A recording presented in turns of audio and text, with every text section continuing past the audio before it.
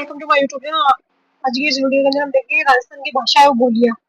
राजस्थान भाषा के मरुभूमि भाषा, मरुदेशीय भाषा, मरुवाणी आदि के अनेक नामों से मिलते हैं। जिसकी संख्या 835 में सूर्य द्वारा जालोर में कुल यह माला नामक ग्रंथ की रचना की गई। इस ग्रंथ में 18 देशीय भाषाओं का उल्लेख किया गया, जिसमें मारवाड़ क्षेत्र की भाषा को मरुवाणी कहते हैं।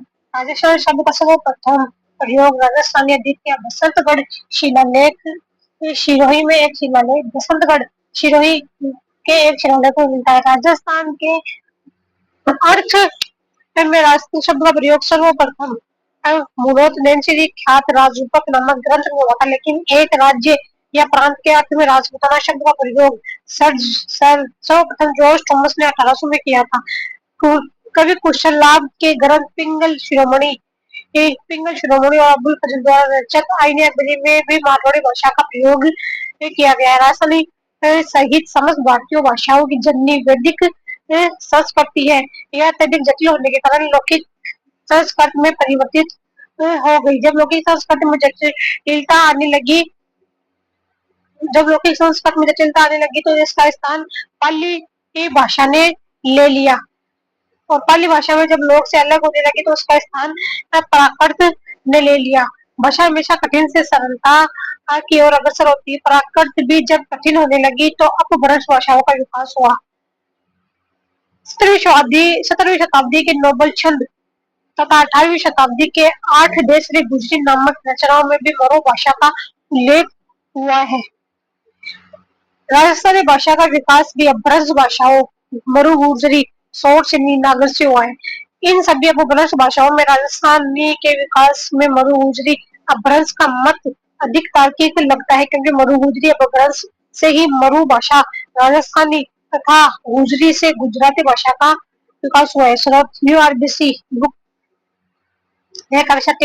वंश है, वृक्ष आर्य भाषा है, वैदिक संस्कृत, वैदिक आई, वैदिक से लौकिक आई, लौकिक से पाली और संस्कृत, संस्कृत से प्राकृत, प्राकृत से निकली मरु गुजर अपभ्रंश, सोरसिली अपभ्रंश, नागर अपभ्रंश, मरु अपभ्रंश से निकली राजस्थानी और गुजराती। कुछ भाषा वैज्ञानिकों ने राजस्थानी भाषा की उत्पत्ति के संबंध में अपभ्रंश के रूपों की कल्पना की है, जो कि निम्नलिखित है। मत है मरु गुजरी अपभ्रंश। भाषा वैज्ञानिक डॉक्टर के एम मुंशी, श्री देवारिया, हीरालाल माहेश्वरी एवं मोतीलाल मेनारिया। सौराष्ट्रीय अपभ्रंश सुनीति कुमार चटर्जी। नागर Apabhramsha doctor George Abraham. Nagar Apabhramsha doctor George Abraham Grierson, doctor Purushottam Menaria. Rajasthani का उद्भव लगभग 12वीं शताब्दी के अंतिम चरण में हुआ माना जाता है। इतालवी विद्वानों टेसिटोरी के अनुसार 12वीं सदी के लगभग राजस्थानी भाषा अस्तित्व में आ चुकी थी। इन्होंने इंडियन एंटीक्वेरी पत्रिका में राजस्थानी भाषा की उत्पत्ति और विकास पर प्रकाश डाला। 16वीं सदी के बाद राजस्थानी का विकास एक स्वतंत्र भाषा के रूप में हुआ। राजस्थानी भाषा का स्वर्ण युग 1650 ईस्वी से 1850 ईस्वी तक माना जाता है। राजस्थानी भाषा के विकास के विभिन्न चरण। राजस्थानी भाषा के विकास के चरणों को निम्नलिखित प्रकार से समझ सकते हैं। फर्स्ट है गुर्जर अपभ्रंश, 11वीं से 13वीं सदी। फिर है सेकंड प्राचीन राजस्थानी, ये 13वीं से 16वीं सदी। फिर है मध्य राजस्थानी, 16वीं से 18वीं सदी। फोर्थ है आधुनिक राजस्थानी, 18वीं सदी से अब तक। नरोत्तम स्वामी के अनुसार प्राचीन काल में गुजराती और राजस्थानी एक ही भाषा थी। दोनों का स्वतंत्र विकास 16वीं शताब्दी के अंत में हुआ, अतः अंतकाल विभाजन की दृष्टि से ही वे राजस्थान के विकास के 2 चरण माने जाते हैं। फर्स्ट है प्राचीन राजस्थानी की संख्या 1600 से पूर्व, नवीन राजस्थानी 1600 से बाद। वक्ताओं की दृष्टि से भारतीय भाषाओं बोलियों में राजस्थान का 7वां एवं विश्व में 24वां स्थान है। सन 1961 की जनगणना रिपोर्ट के अनुसार राजस्थानी वक्ताओं की संख्या 14933 थी। 1,39,33,16 थी। 61 की जनगणना सन एक साल की जनगणना रिपोर्ट के अनुसार राजस्थान में 73 बोलियां मानी जाती है, बोली मानी गई है। इनमें से 16 बोलियां की संख्या 1000 से भी कम है। फिर राजस्थान की भाषा के लिए राजस्थानी शब्द का प्रयोग सर्वप्रथम जॉर्ज अब्राहम गिरियसन ने 1912 में ईस्वी में के अपने ग्रंथ of linguistic survey of India. फिर है सर्वप्रथम राजस्थानी भाषा का वर्गीकरण जॉर्ज अब्राहम गिरियसन ने अपनी पुस्तक लिंग्विस्टिक सर्वे ऑफ इंडिया में किया। डॉक्टर गिरियसन ने राजस्थान की 20 वास्तविक भाषाओं का 5 मुख्य वर्गों में वर्गीकृत किया। फर्स्ट है पश्चिमी राजस्थान। पश्चिमी राजस्थान में मारवाड़ी, मेवाड़ी, वागड़ी एवं शेखावाटी। सेकंड है मध्य पूर्वी राजस्थान, ढूंढाड़ी एवं हाड़ौती। थर्ड है उत्तर पूर्वी राजस्थान, मेवाती एवं अहीरवाटी। फोर्थ है दक्षिण पूर्वी राजस्थानी, मालवी एवं निमाड़ी। फिफ्थ है दक्षिण राजस्थानी। फिर है डॉक्टर टेसी टोरी ने राजस्थानी भाषा को निम्नलिखित 2 भागों में वर्गीकृत किया। टेसी टोरी ने 2 भागों में वर्गीकृत किया। पश्चिमी शेखावाटी, शेखावाटी जोधपुर की खड़ी राजस्थानी, ढटकी, खली, बीकानेरी, किशनगढ़ी, खैराड़ी, गोडवाड़ी एवं देवड़ावाटी सिरोही। सेकंड है पूर्वी राजस्थान, ढूंढाड़ी, तोरावाटी, खड़ी जयपुरी, कोटड़ी, अजमेरी, राजावाटी, चौरासी, नागरचौल। फिर बाद के अंदर है भाषा वैज्ञानिकों का एक बड़ा समूह डॉक्टर गिरियसन तथा टेसी टोरी के वर्गीकरण से संतुष्ट नहीं। ये मुख्य रूप से उन सभी के विचार मंथन को ध्यान में रखते हुए राजस्थान की बोलियों को 2 भागों में बांटा जा सकता है। राजस्थान की बोलियां, पश्चिमी राजस्थान और पूर्वी राजस्थान। पश्चिमी राजस्थान मारवाड़ी, मेवाड़ी, वागड़ी, शेखावाटी।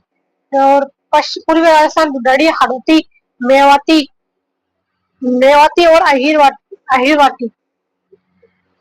मारवाड़ी बोली का क्षेत्र, मारवाड़ी पश्चिम राजस्थान की प्रमुख बोली है।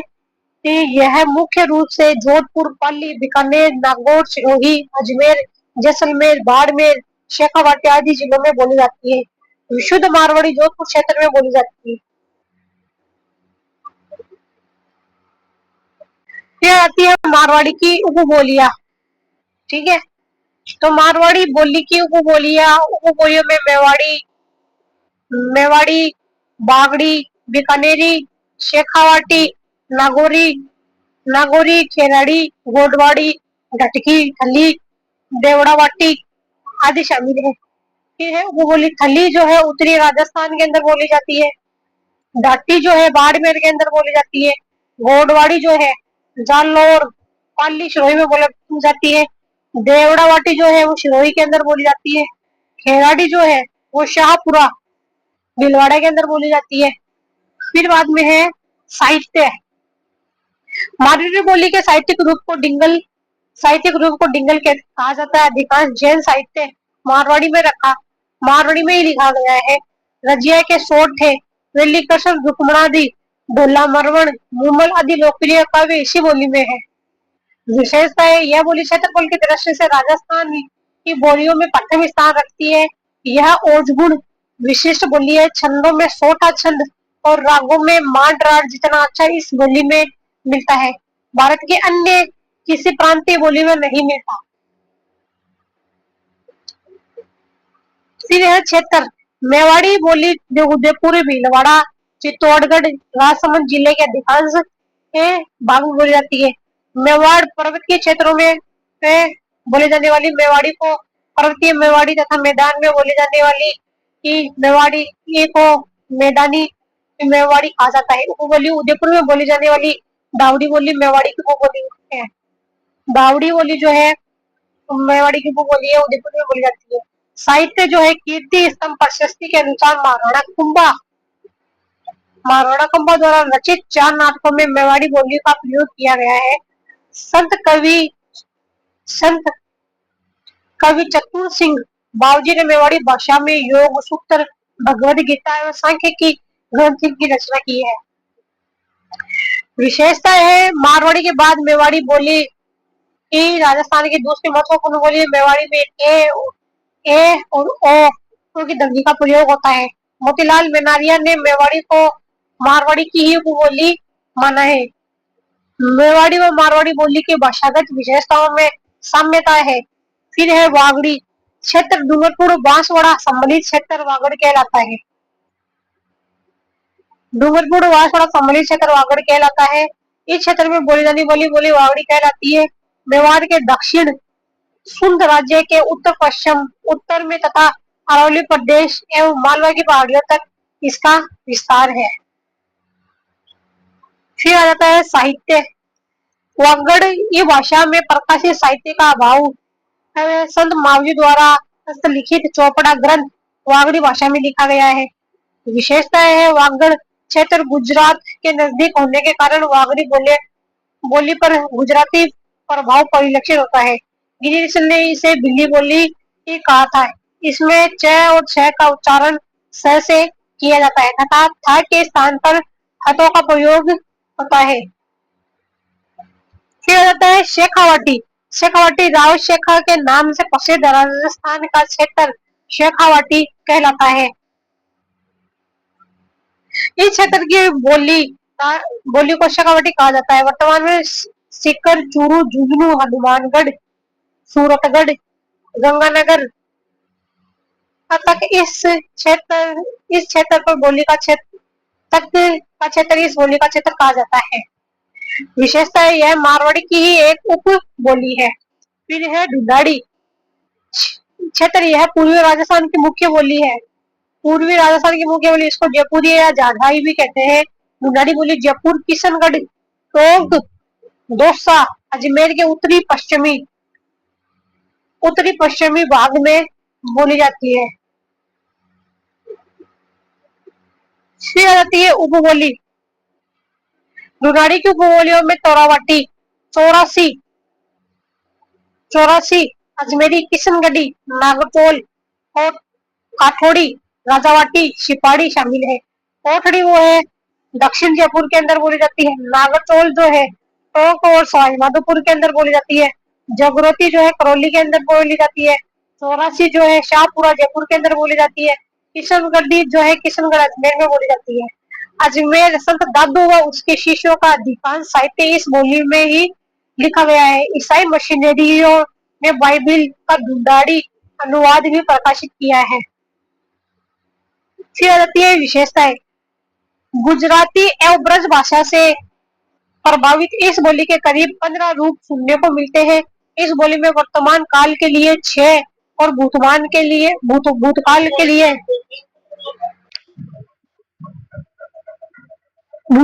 6 या 6 का प्रयोग होता है। ढूंढाड़ी बोली के लिए प्राचीनतम उल्लेख 8 देश गुजरी नामक पुस्तक में मिलता है। 8 देश गुजरी नामक पुस्तक में मिलता है। फिर आ जाता है हाड़ौती। हाड़ौती क्षेत्र है कोटा, बूंदी, बारा, झालावाड़ क्षेत्र को हाड़ौती कहा जाता है। इस क्षेत्र में प्रचलित बोली हाड़ौती कहलाती है। साहित्य है ना, बूंदी के प्रसिद्ध कवि ईश्वरीमल मिश्रण की रचनाओं में हाड़ौती का प्रयोग हुआ है। विशेषता इस बोली में ढूंढाड़ी की तरह 6 शब्द का प्रयोग। इस बोली पर गुजराती व मारवाड़ी का प्रभाव है। हाड़ौती के उत्तर में नागरचौल और उत्तर पूर्व में शिवपुरी और उत्तर पूर्व और पूर्व दक्षिण में मालवी बोली बोली जाती है। हाड़ौती पर प्राचीन काल में हूणों, गुर्जरों व अन्य विदेशियों के संपर्क का प्रभाव भी देखा जाता है।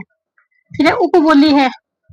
मालवी की प्रमुख उप बोलियां की निमाड़ी, रागड़ी, उमठवाड़ी, रतलामी, पाटवी, सोंदवाड़ी शामिल है।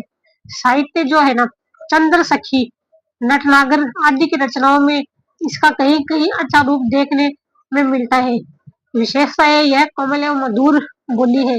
इस बोली पर गुजराती एवं मराठी की भाषा का प्रभाव है।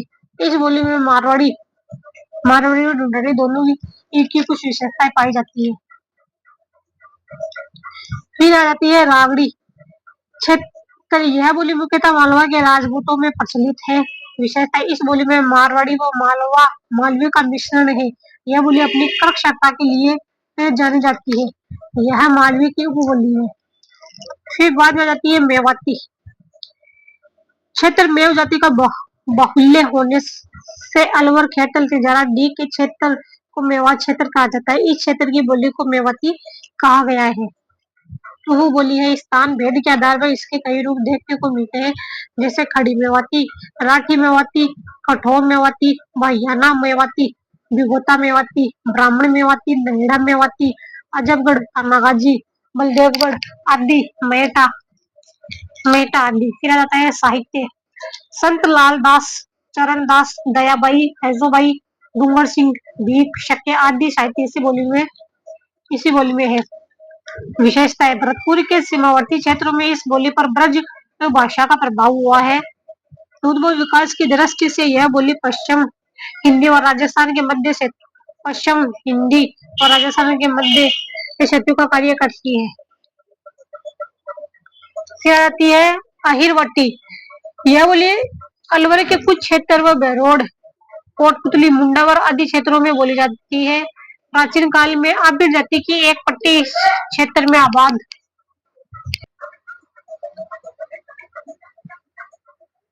जो अहिरवटी है यह बोली अलवर क्षेत्र के कुछ क्षेत्र जैसे कि बहरोड, कोटपुतली, मुंडावर आदि क्षेत्रों में बोली जाती है। प्राचीन काल में आभ्र जाति की एक पट्टी से इस क्षेत्र में आबाद हो जाने से यह क्षेत्र अहिरवटी या हीरावाल कहलाता था। ऐतिहासिक दृष्टि से इस क्षेत्र को राठ एवं यहाँ की बोली को राठी भी कहा जाता है। फिर आ जाता है साहित्य। निमराना के राजा चंद्रभान सिंह चौहान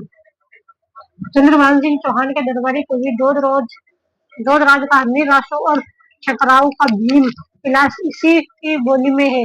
अली बख्श मुंडावर, रामाचंद्र गोखा, मंतराम भारद्वाज, माजरा कन्यावास आदि ने भी इस बोली के साहित्य तर्जन में अन्य महत्वपूर्ण भूमिका निभाई है। अलवर का अली बख्श का लोकनाट्य भी इस बोली में किया जाता है। विशेषता है यह बोली देवनागरी, गुरुमुखी तथा पारसी लिपि में भी मिलती है। यह बोली बागरू, हरियाणवी और मेवाती के बीच की बोली है। फिर आते हैं खेराड़ी। क्षेत्र है शाहपुरा भीलवाड़ा व बूंदी के कुछ भागों में बोली जाती है। विशेषता है मारवाड़ी की उपबोली है। इस बोली पर मेवाड़ी ढूंढाड़ी एवं हाड़ौती का प्रभाव हुआ है। फिर है गोंडवाड़ी क्षेत्र जालोर के और तहसील व पाली तथा सिरोही के कुछ भागों में बोली जाती है। साहित्य इस बोली की मुख्य रचनाएं बिसल देव रासो है। तोरावाटी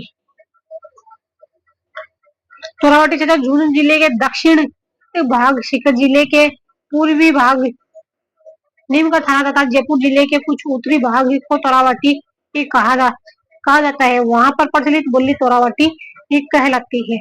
डिंगल व पिंगल राजस्थानी भाषा को साहित्यिक रूप से दो भागों में बांटा जा सकता है, डिंगल और पिंगल। मध्यकालीन राजस्थान में पश्चिमी राजस्थान व पूर्वी राजस्थान के साहित्य को क्रम से डिंगल और पिंगल शैली का विकास हुआ है। डिंगल पर गुजराती का प्रभाव है तथा पिंगल पर ब्रज भाषा का प्रभाव हुआ है। डिंगल शब्द का प्रयोग सर्वप्रथम बांकीदास ने अपनी रचना कुकवी बत्तीसी में किया है। फिर आ जाता है राजस्थानी भाषा की डिंगल व पिंगल शैलियों में अंतर। आ जाता है पश्चिमी राजस्थान मारवाड़ी का साहित्यिक रूप काव्य शैली, पिंगल ब्रज भाषा व पूर्वी राजस्थान का साहित्यिक रूप एवं काव्य शैली। अधिकांश साहित्य चारण कवियों द्वारा लिखित है पिंगल का, और जो पिंगल है अधिकांश साहित्य भाट जाति के कवियों द्वारा लिखित है। फिर थर्ड है डिंगल का विकास गुर्जरी अपभ्रंश से हुआ है। पिंगल का विकास शोरसेनी अपभ्रंश से हुआ है। फोर्थ है डिंगल साहित्य गीत रूप में लिखा जाता है, और जो पिंगल साहित्य है छंद व पदों के रूप में लिखा जाता है। फिफ्थ है प्रमुख ग्रंथ डोलामारू रा दुल्हा अचल दास खिलचिरी वचनिका राज रूपक राव जेठ सिरो छंद रुक्मणी हरण नाग दपन सगत रासो वीर सत्सई विल्ली कृष्ण रुक्मणी आदि है। इसका जो प्रमुख छंद है वो है पृथ्वीराज रासो, रतन रासो, विजयपाल रासो, कुमार रासो, हमीर रासो, वंश भास्कर आदि। फिर आ जाता है डिंगल के अलंकारों में वयण सगाई डिंगल का एक अच्छा अलंकार है और इसका डिंगल में जैसा प्रयोग मिलता है वैसा किसी दूसरी भाषा में नहीं। यह डिंगल भाषा का स्वयं का अलंकार है। फिर आता है राजस्थानी लिपि अधिकांश देवनागरी लिपि में मिलती है। यह लिपि लकीर खींचकर घसीट रूप में लिखी जाती है। राजकीय अदालतों आदि पर प्राय में राजस्थानी लिपि घसीट लिपि का विशुद्ध प्रयोग किया जाता है। फिर आता है राजस्थानी लिपि को महाजनी, कामदारी, शास्त्रीय आदि रूपों में लिखा जाता है। राजपूतों में प्रचलित लिपि को ब्राह्मणी की लिपि कहा जाता है। महाजनी महाजनी या बढ़ियावटी लिपि के अक्षर को मुंडिया लिपि ही कहते हैं। इसमें मात्राएं नहीं होती तो ये लिपि मुंडिया लिपि कहलाती है। मुंडिया लिपि का आविष्कार टोडरमल ने किया था। फिर आ जाता है केंद्रीय साहित्य अकादमी ने राजस्थान को एकमात्र भाषा के रूप में मान्यता दे दी है, लेकिन इस पर अभी तक संविधान की 8वीं सूचन में इस 8वीं अनुसूची में शामिल नहीं किया गया। राजस्थान भाषा दिवस प्रतिवर्ष 21 फरवरी को मनाया जाता है। राजस्थान की मानक बोली की मारवाड़ी है। ये राजस्थान भाषा का शब्दकोश सीताराम लालस ने तैयार किया था। राजस्थानी भाषा की पहली फिल्म नजराना थी। फिर है अभ्यास राजस्थान भाषा की बोलियां में नी गिड़जो बघेली राजस्थान भाषा की बोली नी बागरू में सुकुरसी बोली राजस्थान में नहीं बोली जाए, अवधि नहीं बोली जाती, बाकी वागड़ी में होती हावती बोली जाती है। पश्चिमी राजस्थान में रो चावो नाव छे मारवाड़ी मारवाड़ी कठेरी मुख्य बोली नहीं है। भरतपुरी नहीं है, मारवाड़ी री उपबोली है। शेखावाटी मारवाड़ी री उपबोली नहीं है। अहिरवाटी नहीं है, जबकि डटकी बीकानेरी देवड़ावाटी सब कुछ है। हाँ फिर है मारवाड़ी कठेरू मुख्य बोली है तो वह है कठेरी मुख्य बोली नहीं है तो वो भरतपुर की नहीं है, जबकि सिरोही जोधपुर अजमेर सबकी है। मारवाड़ी री उपबोली है तो वो है शेखावाटी मारवाड़ी री उपबोली नहीं है तो वो हीरवाटी ही नहीं है। भीलवाड़ा खेतरवी बोली है तो वो है मेवाड़ी।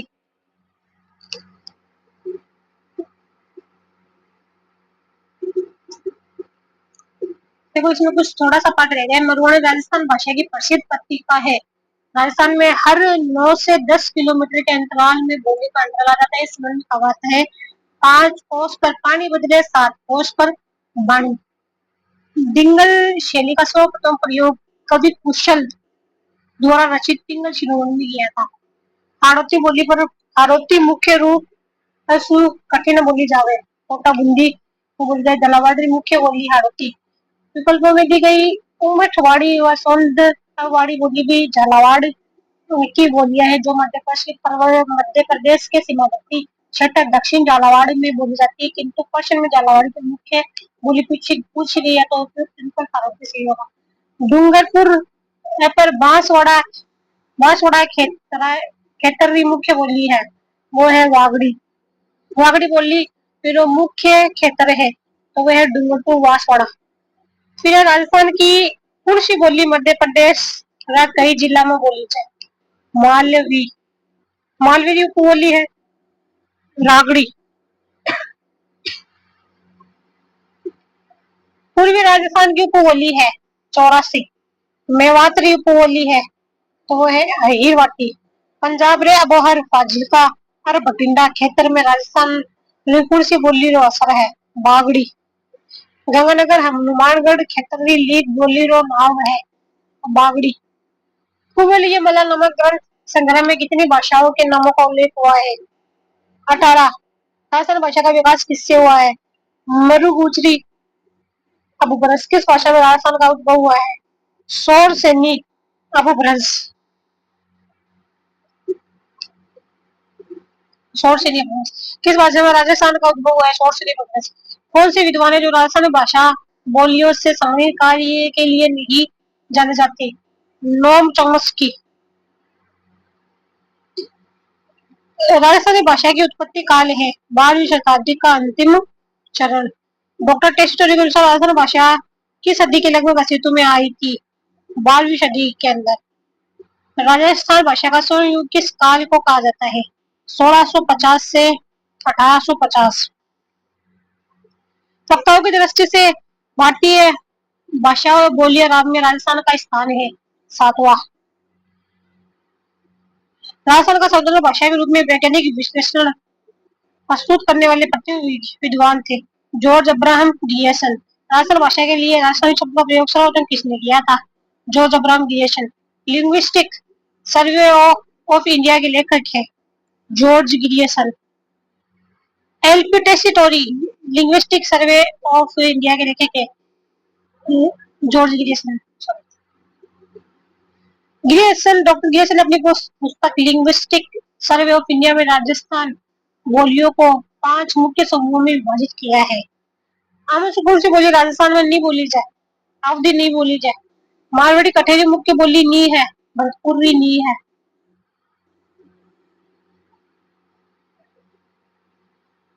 पश्चिमी राजस्थान रो 6 मारवाड़ी। मारवाड़ी का विशुद्ध रूप कहाँ दृष्टिगत हुआ है? जोधपुर में और उसके सीमावर्ती क्षेत्र में। मारवाड़ी बोली नहीं है, आर्यवाटी नहीं है। रूट की थली है खैराड़ी बोली राजस्थान के किस बोली में बोली जाती है? मारवाड़ी। गोडवाड़ी है बोली किस राजस्थान भाषा से संबंधित है? मारवाड़ी। मारवाड़ी की बोली है शेखावटी। गोडवाड़ी बोली कहा जाती है जालौर में। डाटी मारवाड़ी की एक बोली राजस्थान के किस क्षेत्र में बोली जाती है? बाड़मेर। छोटा छंद और मांडराग जिस बोली की शिल्पगत विशेषता है वह है मारवाड़ी। भीलवाड़ा खेतरनी बोली मेवाड़ी। उदयपुर भीलवाड़ा और चित्तौड़गढ़ में अधिकांश बोली जाती है मेवाड़ी। महाराणा कुंभा द्वारा रचित नाटकों में किस बोली का प्रयोग किया गया है? मेवाड़ी। मेवाड़ी भाषा में योग सूत्र भगवत गीता एवं सांख्य की ग्रंथों की रचना की है पृथ्वीराज रासो। फिर बाद में है वागड़ी बोली रो मुख्य क्षेत्र है डूंगरपुर वासवाड़ा। बागड़ी बोली राजस्थान के दक्षिण पश्चिम भाग में बोली जाती है। राजस्थान की बोली एवं क्षेत्र के संबंध में ध्यान में रखते हुए निम्नलिखित में से गलत युग्म को पहचानिए।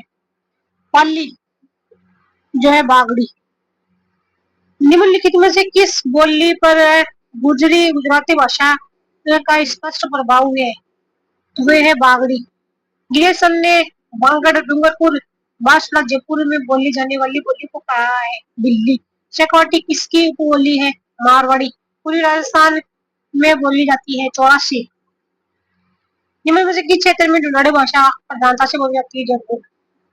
तोरावाटी है ढूंढाड़ी की बोली है। कौन सी ढूंढाड़ी की बोली नहीं है? राठी। ढूंढाड़ी बोली को प्रचलित विविध रूपों में कौन सा विकल्प सही नहीं है? खेराड़ी। तदुपंत का साहित्य किस भाषा में संग्रहित है? ढूंढाड़ी। आरतो बोली मुख्य रूप कठिन बोली जावे कोटा बुंदी। हाड़ौती बोली राजस्थान के जिस क्षेत्र में प्राय नहीं बोली जाती है वह है भरतपुर। हाड़ा राजपूत द्वारा शासित क्षेत्र में बोली जाने वाली बोली को हाड़ौती कहा जाता है। निमाड़ी उपबोली है मालवी की। निम्न में से कौन सा गलत है? तो गलत है मालवी चित्तौड़ बांसवाड़ा के अंदर बोली जाती है, ये गलत है। मेवाड़ी चित्तौड़गढ़ और भीलवाड़ा के अंदर ढूंढाड़ी, जयपुर के अंदर मेवाती, अलवर के अंदर निमाड़ी और रागड़ी किस बोली की विशेषता है? मालवी। युग में सुमेलित नहीं है मालवी डूंगरपुर, जबकि मेवाती भीलवाड़ा में है, ढूंढाड़ी जयपुर में है, मेवाती अलवर में है। बोली जिलों में सुमेलित नहीं है। निमाड़ी नागौर में नहीं बोली जाती है कहते हैं। गोडवाड़ी जालौर में बोली जाती है। खैराड़ी भीलवाड़ा के अंदर बोली जाती है। बागड़ी बांसवाड़ा के अंदर बोली जाती है। ऐसा की कुछ में मराठी भाषा का प्रभाव है। मालवी, सोनथवाड़ी, पाटवी, रतलामी, उमरथवाड़ी आदि मुख्य उपबोलियां है। मालवी की है। मालवी की उपबोली है रागड़ी। रागड़ी बोली मिश्रण है मारवाड़ी और मालवी का। मालवा प्रदेश के राजपूतों में प्रचलित मारवाड़ी और मालवी के सम्मिश्रण से उत्पन्न बोली का क्या नाम है? तो वो है मालवी। लालदास और चरणदास जी की साहित्य किस बोली में है? मेवाती। राठी व मेहटा किस बोली की बोली है? मेवाती। मेवाती बोली से संबंधित जिला है अलवर। बोली जिसमें भक्ति संत सहजोबाई तथा दयाबाई की रचनाएं प्राप्त है। मेवाती। फिर प्रतापगढ़, आजमगढ़, थानागाजी और बलदेवगढ़ में बोले जाने वाली बोली है। नहेड़ा मेवाती। मेवाती की उपबोली है आहिरवाटी। आहिरवाटी और मेवाती बोलियां निम्न में से किस वर्गीकरण में आती है? उत्तर पूर्वी। उत्तर पूर्वी के अंदर। आहिरवाटी किस क्षेत्र में बोली जाती है? अलवर। आहिरवाटी बोली राजस्थान के किस क्षेत्र में बोली जाती है? बरौड, मुंडावर, कोटपुतली। ऐतिहासिक दृष्टि से आहिरवाटी और किस नाम से जानी जाती है? राठी। आहिरवाटी बोली राजस्थान के किस क्षेत्र में बोली जाती है? मेवात। शाहपुरा, भीलवाड़ी, भीलवाड़ा व बूंदी के कुछ क्षेत्रों में बोली जाने वाली बोली है। खेराड़ी। ओरवाड़ी बोली का क्षेत्र है सिरोही। चोरावाटी बोली प्रचलित है नीम का थाना में। राजस्थानी भाषा एवं संस्कृति में डिंगल है काव्य शैली है डिंगल जो है। पृथ्वीराज राठौर द्वारा रचित पुस्तक विलिकशन रुक्मणी की भाषा में लिखी गई है। डिंगल में लिखी गई है। मारवाड़ी बोली के साहित्यिक रूप को कहा जाता है डिंगल कहा जाता है। कवि सूर्यमल मिश्र ने अपनी पुस्तक वीर सतसई किस भाषा में लिखी है? डिंगल में लिखी है। डिंगल साहित्य में वयण सगाई है, शब्द अलंकार है। राजस्थान भाषा में मुंडिया लिपि को और किस नाम से जाना जाता है? महाजनी। मुंडिया लिपि के अक्षरों के आविष्कारकर्ता किसे माना जाता है? टोडरमल को। राजस्थानी भाषा की पहली फिल्म कौन सी थी? नजराना। राजस्थान की मानक बोली है मारवाड़ी। राजस्थान भाषा दिवस मनाया जाता है 21 फरवरी को। राजस्थान भाषा का शब्दकोश तैयार करने का श्रेय सीताराम लालस को जाता है। फिर सुमेलित करना है। सुमेलित कीजिए। देखो जो जगोती है ना वो करौली के अंदर बोली जाती है और जो डाटी है ना वो बाड़मेर में पाई जाती है और जो नागरचौल है ना वो कोई बोली जाती है टोंक के अंदर। दावड़ी जो है उदयपुर में बोली जाती है। फिर वादी के अंदर है बावड़ी जो है ना वो बोली जाती है हनुमानगढ़ के अंदर। और जो जगरोती है ना वो बोली जाती है करौली के अंदर। दावड़ी जो है तो उदयपुर में बोली जाती है। गोडवाड़ी जो है वो सिरोही के अंदर बोली जाती है। राजपूताना शब्द का प्रयोग सर्वप्रथम किसने किया था? जॉर्ज टॉमस ने किया था। राजपूतों में प्रसिद्ध प्राचीन लिपि का क्या नाम था? नागरी। कवि शंकर द्वारा रचित भीमविलास राजस्थान किस बोली में लिखी गई है? अहिरवाटी। राजस्थान भाषा के संदर्भ में इन कथनों में विचार कीजिए। मध्यकालीन राजस्थान भाषा में गीत और दुआ प्रमुख छंद थे। गीत और दुआ प्रमुख छंद थे। इस समय पिंगल भाषा का प्रचलन हुआ जिस पर ब्रज भाषा का प्रभाव था। राजस्थान लिपि को किस रूप में लिखा जाता है? महाजनी, गांधारी, शास्त्री तीनों में लिखा जाता है। इसके फिर बाद में हम देखते हैं नेक्स्ट टॉपिक जो कि है राजस्थानी साहित्य। राजस्थानी साहित्य की इतिहास परंपरा को निम्न रूप से प्रस्तुत कर सकते हैं। फर्स्ट प्राचीन काल जो वीर गाथा काल 1050 से 1450 ईस्वी। फिर सेकेंड है पूर्व मध्य काल भक्ति काल 1450 से 1650। थर्ड है उत्तर मध्य काल श्रृंगार रीति एवं नीतिपरक काल 1650 से 1850। आधुनिक काल विविध विषयों एवं विधियों से युक्त 1850 से अब तक। प्राचीन काल वीर गाथा काल 1050 से 1450 ईस्वी तक। इस काल में वीरता प्रधान काव्यों की प्रमुखता के कारण इस काल को वीर गाथा काल नाम दिया गया है। इस काल की महत्वपूर्ण रचना श्रीधर व्यास की रणबल छंद जैन कवियों की धर्म प्रधान कृतियों ने राज साहित्य की समृद्धि में बड़ा योगदान दिया है। विपुदारण रस जिसकी रचना 905 ईस्वी के लगभग बीनवाल में हुई थी, प्राचीन रास रचना है। पूर्व मध्य भक्ति काल 1450 से 1650 ईस्वी तक संत व भक्तों की रचना संत व भक्तों की रचनाओं की अधिकता के कारण इस काल को भक्ति काल नाम दिया गया। इस समय की रचनाओं में भक्त शिरोमणि मीराबाई, पदावली और नरसिंह मोहेरो, पृथ्वीराज राठौड़ की वेली के कुमारी माधवदास वाड़िया की रामरासो, ईश्वरदास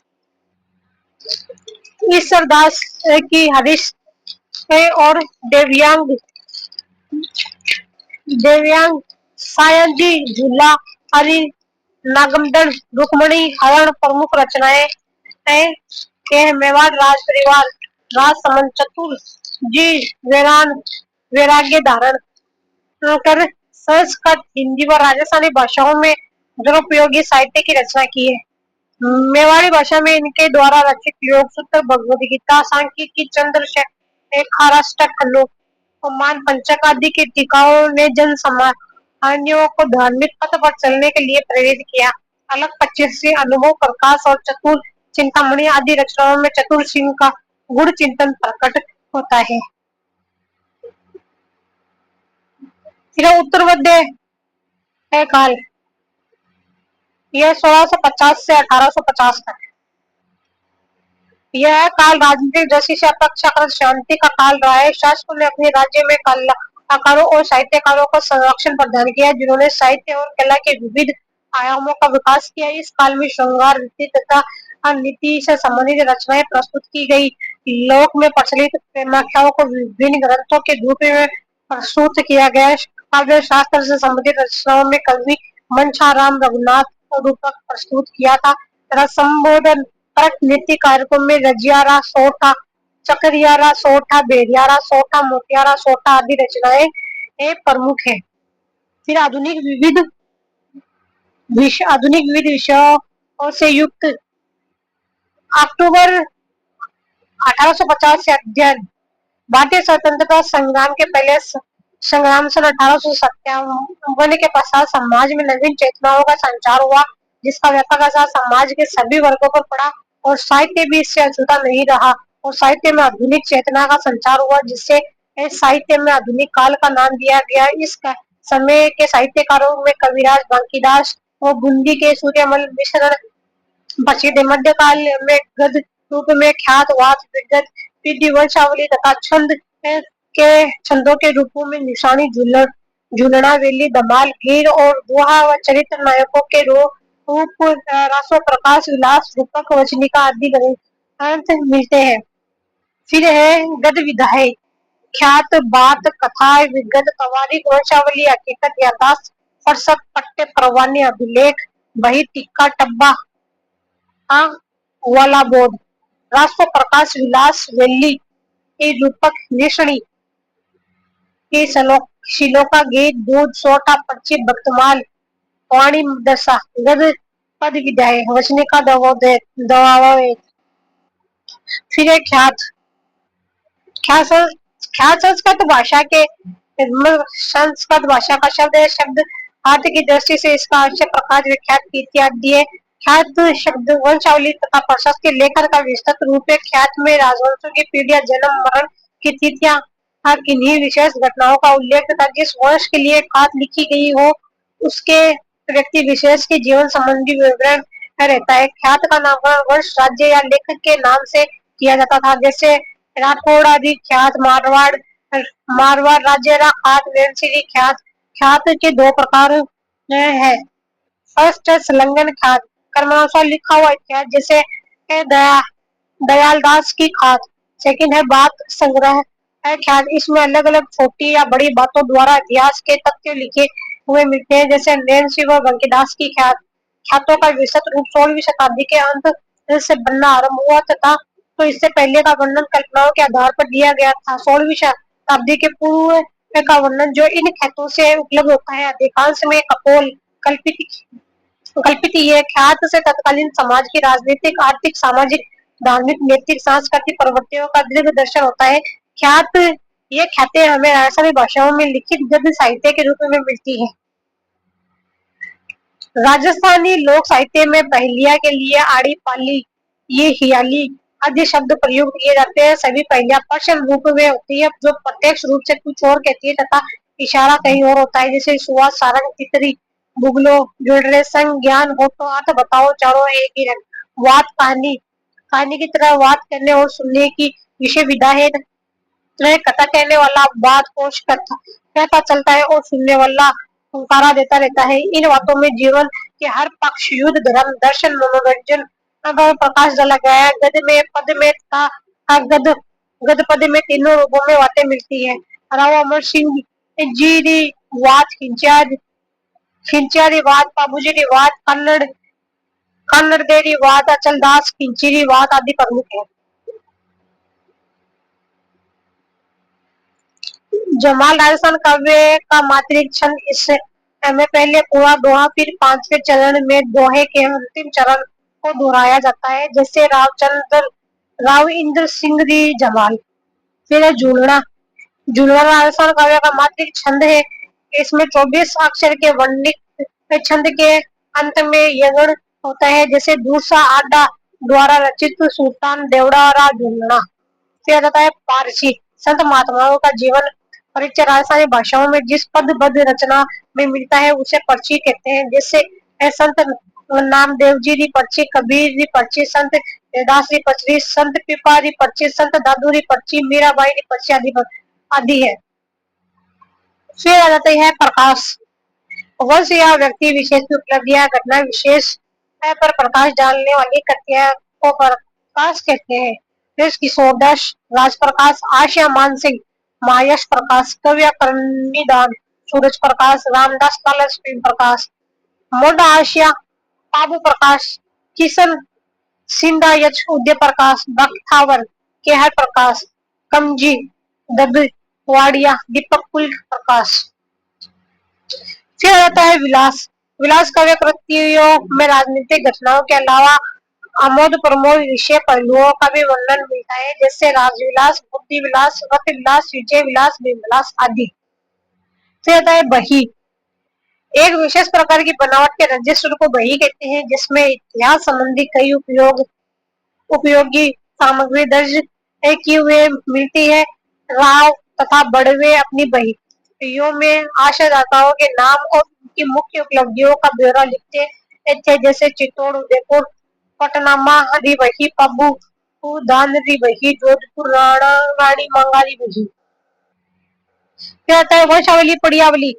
इस श्रेणी की रचनाओं में राजवंशों की वंशावली का विस्तृत वर्णन मिलता है। इसमें किसी वंश आदि पुरुष में विद्यमान पुरुष तक विधिवार वर्णन मिलता है। वंशावली या अधिकतर भाटों द्वारा लिखी गई है। वंशावलियां शासकों और सामंतों, महारानियों, राजकुमारियों, मंत्रियों, नायकों के वंश विलास के साथ साथ मुख्य घटनाओं का वर्णन भी उपलब्ध करवाती है, जैसे राठौड़ारी वंशावली, राजपूतों की वंशावली, अमरकाव्य वंशावली, सूर्य वंश वंशावली, राणाजी वंशावली, सिसोद वंशावली आदि। ठीक है। फिर है मदरसा। इसका तात्पर्य शोक काव्य है। मरस्या। इसका तात्पर्य शोक काव्य है, किसी व्यक्ति विशेष की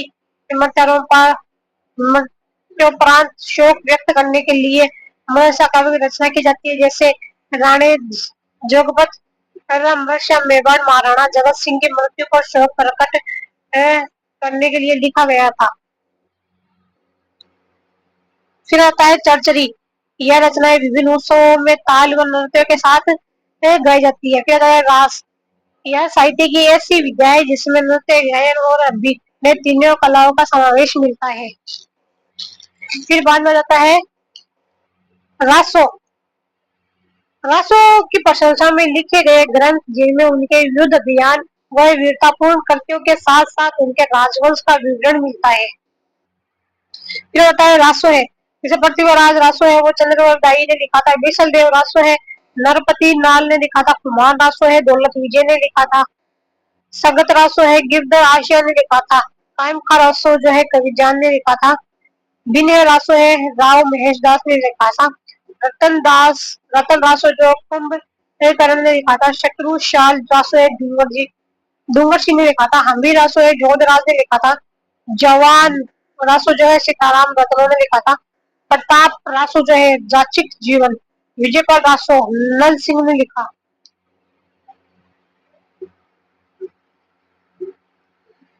फिर आती है वेली। राजस्थान वेली साहित्य में शास्त्र है सामंतों की एक वीरता, इतिहास, विद्वानता, उदारता, स्वाभी स्वामी भक्ति व वंशावली आदि घटनाओं का उल्लेख मिलता है। वेली में राजनीतिक घटनाओं के साथ साथ सामाजिक व धार्मिक मान्यताओं की भी जानकारी मिलती है। वेली ग्रंथ वेली छंद में लिखे हुए हैं। श्री किशन रुक्मणी पृथ्वी राज राठौड़, महाराज राय सिंगरी वेली, माला साधु महाराज कुमार अप, अपन अपन गिंगरी वेली, गार्डन वीर बाण, देदास जेतावंडरी वेली, अक्खा बाणोत, महाराजा सूर सिंह त्रिवेली, गार्डन चोला। फिर है विगत। विगत में किसी विषय का विस्तृत विवरण मिलता है। इसमें इतिहास की दृष्टि से शासक, उसके परिवार, राज्य के क्षेत्र, प्रमुख व्यक्ति अथवा राजनीतिक सामाजिक व्यक्तित्व का वर्णन मिलता है। जैसे मनोज नैन सिंह की मारवाड़ परगना की विगत में प्रत्येक परगने की आबादी, रेख, भूमि, किस्म, फसलें का हाल, सिंचाई के साधन आदि की जानकारी प्राप्त होती है।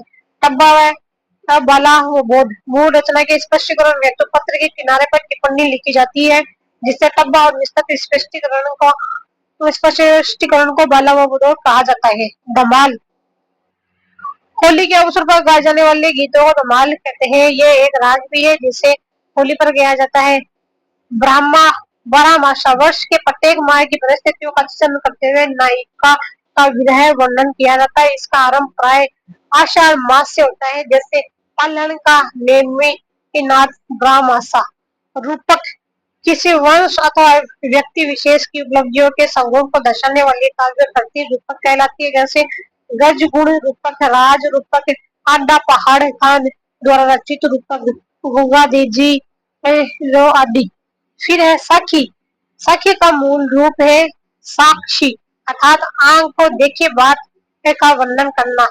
साखी परक रचनाओं में संत कवियों ने अपने अनुभूत ज्ञान का वर्णन किया है। सखियों में सोटा छंद का प्रयोग हुआ है। चौपाई चौपाई छत्ते आदि का प्रयोग कम हुआ है। जैसे कबीर की सखिया। फिर है सिलोका।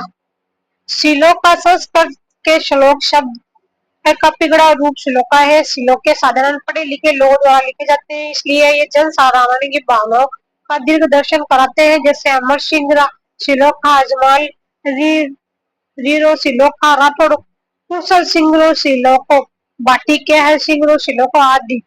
पावड़े पवाड़े बहादुर व्यक्तियों के विशेष कार्यों का वर्णन करने वाली लोक गाथा रचना पवाड़ा कहलाती है। लंबा कथानक होने के कारण इसे जीरा भी कहते हैं। जैसे बाबूजी के पवाड़े, बगड़ावत का पवाड़ा, वचनिका।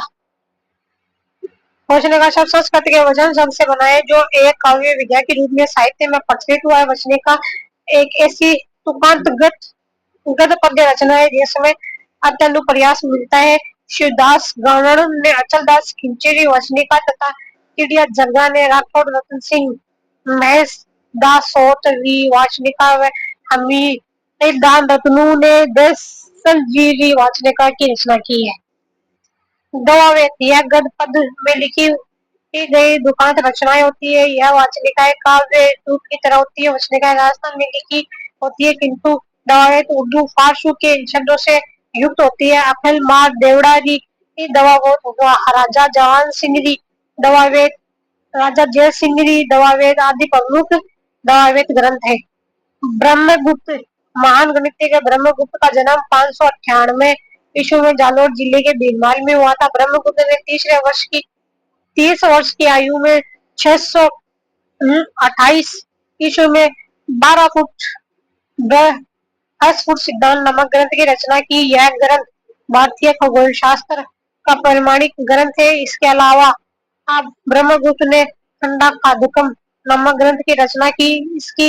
इसमें मुख्यतः समय ताश त्रिकोणमति व गोलीय त्रिकोणमति के साइन व कोसाइन का नियम है। ब्रह्मगत व वर्गमूल व घनमूल निकालने की सरल विधियां भी दी है। महाकवि माघ संस्कृत के महाकवि माघ का जन्म जालौर जिले के भीनमाल श्रीमाल नगर में हुआ था। इसके पिता का नाम दत्तक था तथा इनकी पत्नी का नाम मालन देवी था। माघ ने शिशुपाल वधम नामक काव्य की रचना की। इसमें कृष्ण द्वारा शिशुपाल के वध का वर्णन है। फिर यह अभ्यास राजस्थान साहित्य रीति एवं नीति परक का काल कब से कब तक माना जाता है?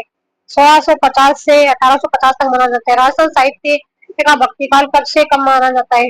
1450 से 1650 तक। जिण भांत फौज में नगारो चाहिए, उड़ी बात में कई जरूरी हुए है हुंकारो। साहित्य की ऐसी विद्या जिसमें आंख को देखी बात का वर्णन किया जाता हो। साक्षी बहादुर व्यक्तियों के विशेष कार्यों का वर्णन करने वाली लोक गाथा या रचना कहलाती है। पवाड़ा साहित्य की ऐसी विद्या जिसमें राजनीति के साथ साथ सामाजिक व धार्मिक मान्यता की भी जानकारी मिलती है, वह वैली। जमाल और झूलना किस प्रकार की विद्या है? पद है। संत महात्माओं का जीवन का परिचय पर्ची। काव्य की ऐसी विद्या जिसमें आमोद प्रमोद विषय पहलुओं का भी वर्णन है, विलास।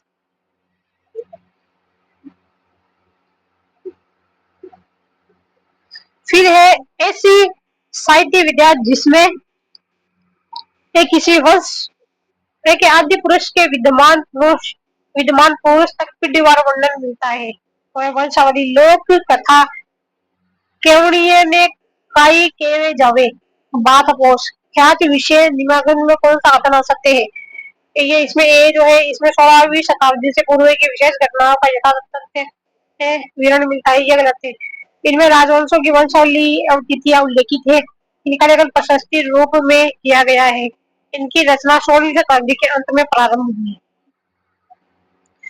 फिर है निम्न में से किसके लिए राजस्थानी भाषा में आड़ी हरियाली शब्द प्रचलित है? पहलिया राजस्थानी साहित्य की कौन सी श्रेणी कहानी या कथा विद्या से संबंधित है? वात संबंधित है। निम्न में से कौन से साहित्य की एक पद विद्या है? राष्ट्र है। साहित्य की कौन सी विद्या राजाओं की कीर्ति सम्मान और सफलताओं से संबंधित है? तो वो है ख्यात। मान गणित के ब्रह्मगुप्त राजस्थान के किस जिले के रहने वाले थे? जालोर। शिशुपाल वध किसकी रचना है? महाकवि माघ। फिर है प्रारंभिक कालीन साहित्य और साहित्यकार। जैन साहित्य इस समय के जैन साहित्य सर्जन का मुख्य उद्देश्य आम आदमी के मन में धर्म के प्रति रुझान पैदा करना था। मुख्य रूप से जैन साहित्य में शांत और वीर रस प्रधान रहा है तथा विशेष पद रूपों में साहित्य सर्जन हुआ है। फिर बात की तरह है चरित्र काव्य, कथा काव्य। इसमें रास, चौपाई, ढाल, पवाड़ा, संधि, चरचरी, प्रबंध, चरित्र, आख्यानक आदि रचे गए हैं। सेकेंड आता है उत्सव काव्य, फागु, धमाल, 12 मास, विवाह, वेली, धवल, मंगल आदि। थर्ड है नीति काव्य, मुख्य रूप से नीति व उपदेश देने हेतु इनकी रचना संवाद, कक्का, मात का बावनी, फूलक, हियाली आदि है। फोर्थ है स्तुति काव्य, ये काव्य तीर्थ परोवर्ती स्थलों की स्तुति के रूप में रचित है, जैसे सतवन, स्रोत, सज्जाय, बिनती, गीत, नमस्कार आदि। जैन साहित्य की रास शैली महत्वपूर्ण है, जिसमें किसी तीर्थकर के जीवन चरित्र को पद रूप में एक कविता के रूप में प्रस्तुत किया जाता है। जैन साहित्य की प्रमुख कृतियां बटेश्वर, बाहुबली, गौड़, ब्रजसेन, सूर्य, कथ या राजस्थानी भाषाओं की सबसे पुरानी रचना मानी जाती है। मारू गुर्जर भाषा में रचित तथा इसमें वीर और शांति रस का प्रभाव चित्रण हुआ है। बटेश्वर, बाहुबली, रास, शालीभद्र, सूर, कृत्य ये जैन साहित्य की रास परंपरा का विलास ग्रंथ है। इस काव्य में अयोध्या के तीर्थकर ऋषभदेव के पुत्र राम और बाहुबली के पराक्रम और वीरता का प्रभाव वर्णन है। शैलभद्र सूरी की एक अन्य रचना बुद्धि रास है, जिसमें नीति उपदेश और ज्ञान की छोटी छोटी बातें बताई गई है। जैन साहित्य की अन्य रचनाएं जीव दया दास, चंदन बाला, रास पंथी छंद का खंड काव्य कवि आसागु। फिर है जम्बू स्वामी दास, स्वामी रास, द्रव, नेमिनाथ, बारामासा व आबू रास, कवि पालन, शांति देवरास, लक्ष्मीनाथ तिलक, रेवतगिरी रास, विजय सूरी, वर्ध नवारकर, जीन वल्लभ सूरी, नेमिनाथ चतुष्पादिका, विनय चंद्र सूरी, नेमिनाथ नवरस फाग, सोम सुंदर सूरी, मुनिपथ, राजश्री चरित्र, मणिक चंद्र सूरी। फिर आ जाता है लौकिक साहित्य, बिसल देव रासो, यह ग्रंथ गणपति नाला द्वारा अनुमानित 1343 ईस्वी के लगभग रची गई है। इसमें अजमेर के राजा बिसल देव या विग्रह राज और उनकी रानी राजमती की प्रेम कथा का वर्णन मिलता है। यह ग्रंथ 4 खंडों में विभक्त है। इसके प्रत्येक प्रथम खंड में बिसल देव व भोज परमार की कन्या राजमती का विवाह, द्वितीय खंड में राजमती द्वारा ओडिशा के राज्य की प्रशंसा करना और बिसल द्वारा इस व्यंग्यात्मक बात को सुनकर 12 वर्ष तक उड़ीसा में रहना, तृतीय खंड में राजमती का वियोग, चतुर्थ खंड में बिसल देव का पुनरागमन व भतीजे को युवराज पद पर आसीन करना वर्णित। इस ग्रंथ में वीर एवं श्रृंगार रस का सुंदर परिपाक है, हालांकि प्रधानता विप्रलंब श्रृंगार रस की है। इस ग्रंथ में राजस्थानी व गुजराती भाषा का मिला जुला स्वरूप है। बसंत विलास अज्ञा साहित्यकार द्वारा रचित यह 84 दोहों का काव्य है, जिसमें जिसमें एक तरफ प्रकृति तो दूसरी तरफ मदमस्त नारी के विलास इसी स्वभाव का प्रभाव चित्रण है। हंसावली कवि आशाय द्वारा रचित यह एक प्रेम काव्य है तथा इस काव्य में चौपाई छंद की प्रधानता है। अन्य लौकिक साहित्य कवि भीम का सद्यवत्सव वीर प्रबंध, माणिक्य सुंदर सूरी, कमल सुंदर कथा नामक प्रमुख्यान, हीरानंद सूरी का विद्या विलास, पौड़ाऊ हीरा भाट का मानवती विद्यावती प्रबंधन। फिर है चारण साहित्य। यह चारण साहित्य का अर्थ चारण शैली में लिखे हुए साहित्य से। चारण साहित्य में चारण जाति के अलावा ब्राह्मण, राजपूत, ढाडी, ढोली, राव, सेवक आदि जातियों के कवियों का अभी विशेष योगदान रहा है। चारण साहित्य में वीर और श्रृंगार रस की प्रधानता होते हुए भी सभी रसों का प्रभावी चित्रण हुआ है। चारण साहित्य की प्रमुख रचना रणमल छंद श्री उदय व्यास द्वारा रचित इस चतुर्पद के काव्य में पाटन के सूबेदार जफर खां और ईडर के राजा रणमल के बीच हुए युद्ध का वर्णन मिलता है। रणमल छंद के अलावा सप्तशती छंद व कवित भागवत भी श्रीधर व्यास की महत्वपूर्ण कृतियां है। फिर है अचलदास खिंची वचनिका, शिवदास गार्डन द्वारा रचित यह गद्यपद मिश्रित एक छोटी सी रचना है। इसमें दोहा, सोठा और कुंडलिया छंद का प्रयोग हुआ है। इसमें गागरोन के शासक अचलदास खिंची व मांडू के सुल्तान कौन संग शाह गौरी के मध्य हुए युद्ध का सजीव वर्णन है। इसमें वीर रस के साथ साथ वर्ण करुण रस का भी चित्रण हुआ है। वीर मायन बददाडी का काव्य वीर मायन लंबे समय तक एक सुत्तिनिष्ठ काव्य के रूप में रहा, जो बददाडी की निष्ठलिया के नाम से जाना जाता था। इस काव्य का प्रथम बार संकलन जोधपुर महाराजा मान सिंह के आशिक कवि बुद्ध जी आशा ने किया था। वीरमायण में मंडोवर के राव मल्लीनाथ के पुत्र जजमाल एवं उनके भतीजे वीरम जी की युद्ध वीरता का वर्णन है। वीरमायण डिंगल भाषा का प्रसिद्ध ग्रंथ है। अन्य रचनाएं हैं पृथ्वीराज रासो चंद्रप्रदायी कृत, यह हिंदी का पहला महाकाव्य माना जाता है। इस ग्रंथ में राजपूतों की उत्पत्ति आबू के अग्निकुंड से बताई है। पृथ्वीराज चौहान के शासनकाल के तराइन के युद्ध 1191 से 1192 की जानकारी देने में इसकी महती योगदान है। इस ग्रंथ की भाषा मुख्यतः पिंगल है। पुस्तक जवान हाथ से चली गजल नर्प काज चंद्र दाई के गजरी चले जाने पर दुल्हन ने इस रासो का पूरा किया है। इस ग्रंथ में हिंदू और मुसलमान दो जातियों का चरित्र गठन हुआ है। इस ग्रंथ की प्रसिद्ध उक्ति 4 बांस 24 गज अंगुल आश फरमान तार उपट सुल्तान मत चुके चौहान चंद बरदाई या पृथ्वीराज चौहान तृतीय का दरबारी कवि था। इन्हें पृथ्वी भट्ट या भट्टी के नाम से भी जाना जाता है। इन्हें पृथ्वीराज रासो नामक ग्रंथ की रचना की है। सारंगधर सारंगधर रणथंभौर के शासक हमीर के गुरु राघव देव का पौत्र व दामोदर का पुत्र था। उसने हमीर रासो तथा सारंगधर संहिता नामक ग्रंथ की रचना की है। नोट सारंगधर की हमीर रासो रचना जोधराज हमीर रासो से अलग तथा उससे पहले की है। फिर राजस्थानी साहित्य रे आदिकाल का जेनी सेल सलीरा रचनाकार है। आसगु आदिकालीन चरण सलीरा रचनाकार नी है। वजह से सूरी नहीं है। बाकी माधव डांडी गार्डन शिवदास श्रीधर व्यास है। चंद्रबला रास काव्य रूपरी रीठ सुकीर्ण बातारो काव्य है। खंड काव्य कुर्सी साहित्यिक करते राजस्थानी साहित्य आदिकाल से संबंधित है। नेमिनाथ रास असाहित्य कवि की रचना कुर्सी है। हंसावली राजस्थान की एक प्रारंभिक रचना रणमल छंद के रचनाकार थे श्रीधर व्यास। अजरदास किंचरी वचनिका में कीड़ो और युद्ध करो बड़ा बनाव हुयो है। अचलदास खिंची और होनसांगरे वीर मायण के लेखक कौन है? बहादुर दाडी पृथ्वीराज रासो के लेखक है। चंद्रबर दाई कवि चंद्रबर दाई का अन्य नाम क्या था? पृथ्वी भट्ट।